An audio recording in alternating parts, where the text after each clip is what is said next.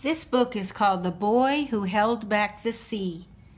It's a story about Holland. In Holland, there's lots of windmills like that.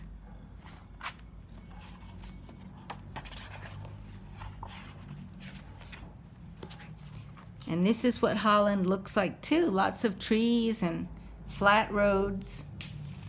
The Boy Who Held Back the Sea.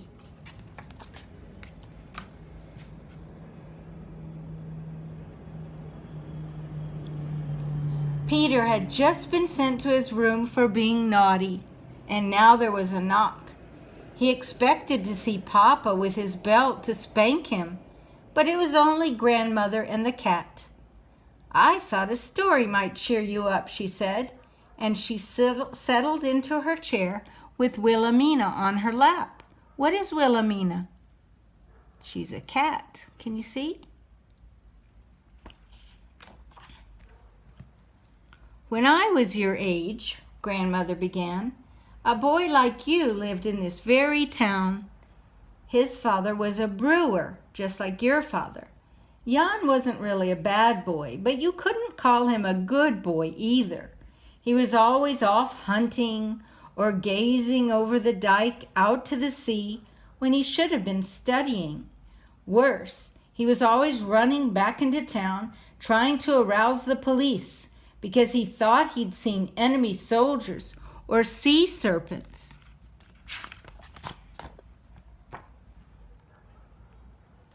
One Sunday morning, Jan asked his mother if he might be excused from going to church. He had promised to go read to Mr. Schuler, a blind miller who lived 5 miles up the canal. His mother blessed her son's good heart. She sent him off with a splendid lunch and Mr. Schuler's favorite rhubarb pie. The boy's dog trotted along with him.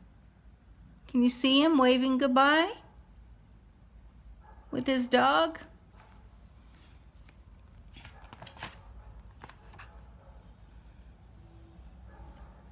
As soon as Jan was out of his mother's sight, he sat down under the king's statue and ate that pie himself. He took out his slingshot and he sent a chunk of pie up into the statue's crown for the pigeons to eat.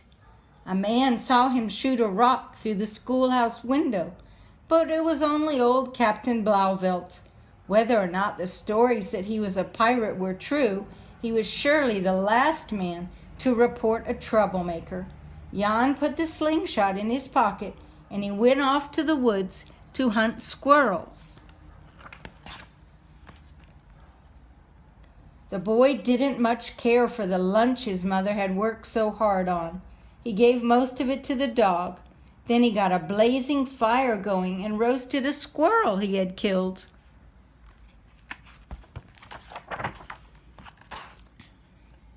After that feast and his day of mischief, the boy was tired. He walked over to the dike where he could smell the salt sea air and dream of pirate ships. He lay down in a favorite spot and was surprised to feel a trickle of water running down his back. He looked closely and was surprised to find that the mighty ocean was leaking through a small hole in the dike. A dike is, it's when they built this kind of thing here like this, and it was to hold back the sea. So it was kind of like a wall made out of dirt. Even a naughty boy like Jan knew that a small leak would get bigger and bigger if somebody didn't stop it. And if the dike should give away, a terrible flood might drown the whole town.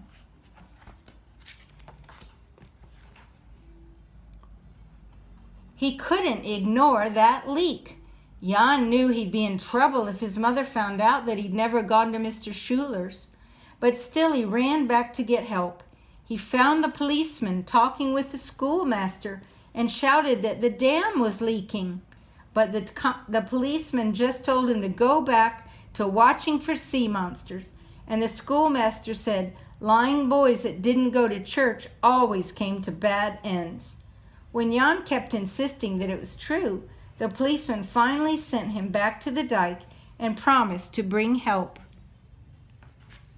he was such a naughty boy that they didn't think he was telling the truth. But when the boy and his dog got back to the dam, there was nobody following them, and the leak had gotten worse. The hole was still small, but the flow of water was more than a trickle now. Jan tried to pack in a handful of dirt, but a moment later it came spurting out. He wadded up his handkerchief and tried to make a plug out of that, but of course it gave way as soon as he let go. If he could only hold back the water for a few minutes until help came. He wrapped the handkerchief around his finger and dug it into the tiny gap in the wall of dirt. The sun was going down, but for now at least, the flow of water had stopped.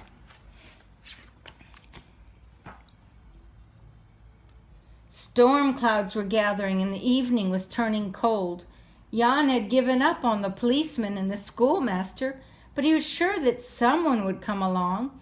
He remembered the stories he'd read of faithful dogs fetching help for their wounded masters, but he was glad that his dog was still at his side.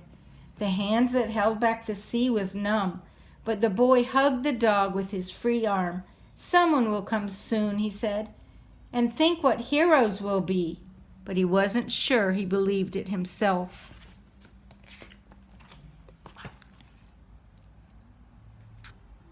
The boy heard thunder as he listened to the clock in the tower striking midnight. Then he heard footsteps. The dog growled as lightning lit up a face. It was Captain Blauvelt, and God only knows what wickedness that man was up to at such an hour. But he listened to the boy's story, and he ran off to get help. Can you see him?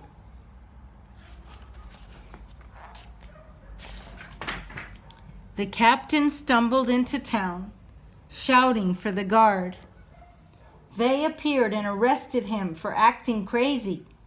The policeman suggested that perhaps this was the man who went around breaking glass while good people were in church. Jan's mother heard the noise and came to her window. She was angry that her son had spent the night out without permission, and she said a prayer that he wouldn't grow up to be like the man that the policemen were leading away.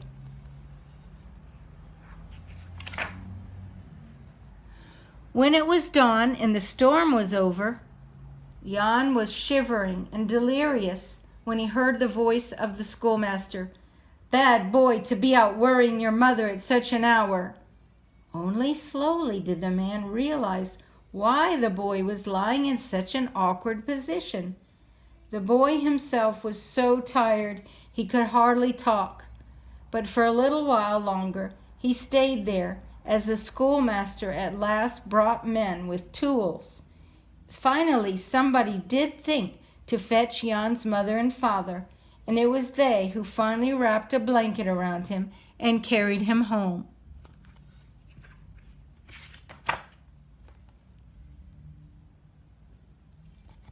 But at your age, a child can survive most anything.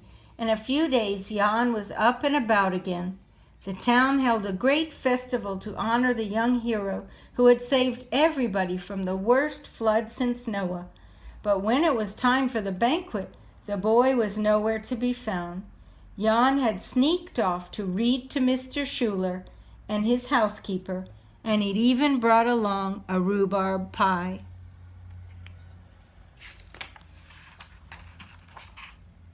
The cat in Grandmother's lap was snoring now and asleep, but Peter wasn't. "Come to the table now, darling," the woman asked her grandson. When they rejoined the family, it was as if nothing wrong had ever happened, but Peter could hardly wait for dinner to be over so he could go out to keep watch at the dike himself. Did you like it?